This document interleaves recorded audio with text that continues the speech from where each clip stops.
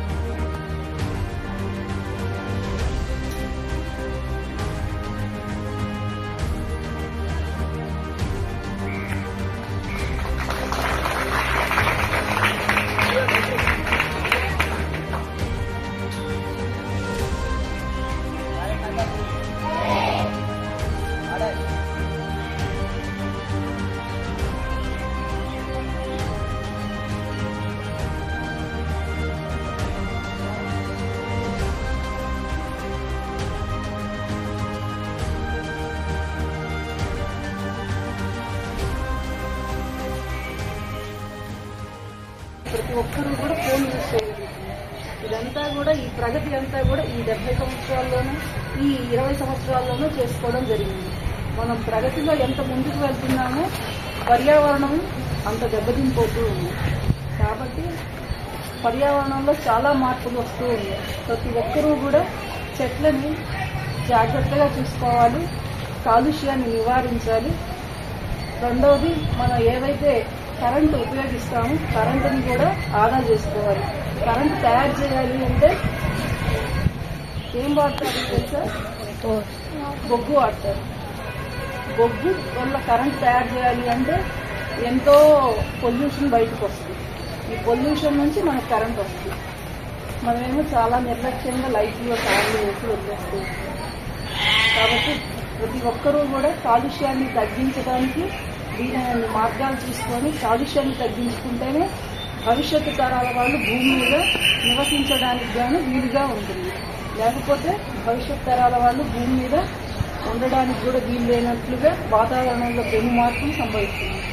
కాబట్టి ప్రతి ఒక్కరూ కూడా అభివృద్ధిని ఎంత ఆస్వాదిస్తున్నారో పర్యావరణాన్ని కూడా జాగ్రత్తగా చూసుకోవాలని కోరుకుంటూ సెలవు తీసుకుంటున్నాను.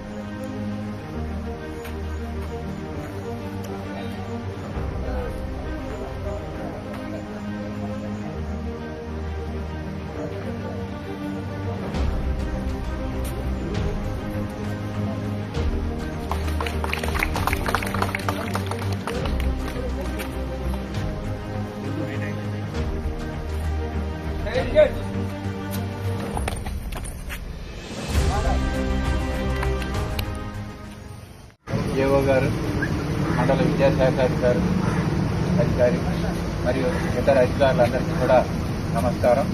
మనం 77 వసంతాలు పూర్తి చేసుకుని 78వ సంవత్సరంలోకి అడుగు పెడుతున్నాం. 78 సంవత్సరాల క్రితం 1947 ఆగస్టు 14 రాత్రి మనకి స్వాతంత్రం రావటం జరిగింది.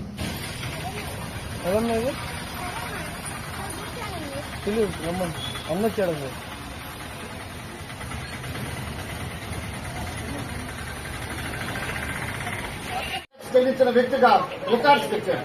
ఆ తర్వాత కాలంలో అతను ఎన్నో స్వతంత్ర ఉద్యమాల్లో పాల్గొంటూ తన ధనాన్ని, తన ఆస్తిని మొత్తం దారిపోసి తన జీవితకాలం స్వతంత్ర ఉద్యమం కోసం పోరాడి చివరి క్షణంలో శిలాస్తుల్ని వాళ్ళ ప్రాణాలను పరంగా పెట్టి మన స్వతంత్రం సంపాదించారు.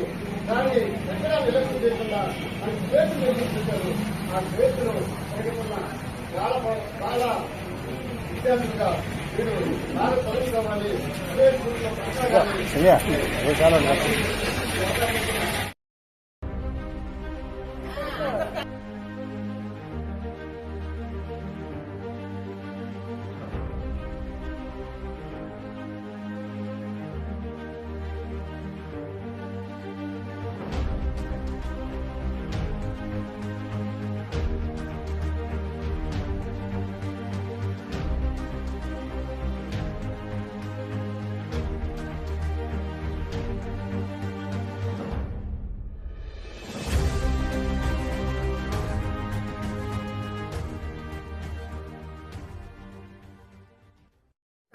కార్మికుడైనటువంటి చాలా సంవత్సరాల నుంచి కూడా ఉలవపాడు గ్రామ పంచాయతీ పరిధిలో తను సీనియర్ అయ్యుండి ఎటువంటి పనులైనా సరే అవన్నీ కూడా ఒక సమయంతో పని లేకుండా తన పని తను బాధ్యతగా చేసుకునే వారిలో తను మాకు గుర్తించి మేము ఫస్ట్ ప్రథమ కార్మికునిగా మేము ఇక్కడికి విచ్చేసినటువంటి వారందరి తరఫున కూడా మేము సన్మాన కార్యక్రమం మేరయ్య గారికి సత్కరిస్తున్నాము. వాళ్ళ పని విధానాన్ని గుర్తించి మిగతా పారిశుద్ధ్య కార్మికులందరినీ కూడా ఈ పారిశుద్ధ్య కార్మికుల్ని వాళ్ళు అందించే సేవల గురించి గుర్తించి మేము అందరికి కూడా పంచాయతీ తరఫున ఈ సత్కారం అనేటువంటిది మేము చేయడం జరిగింది.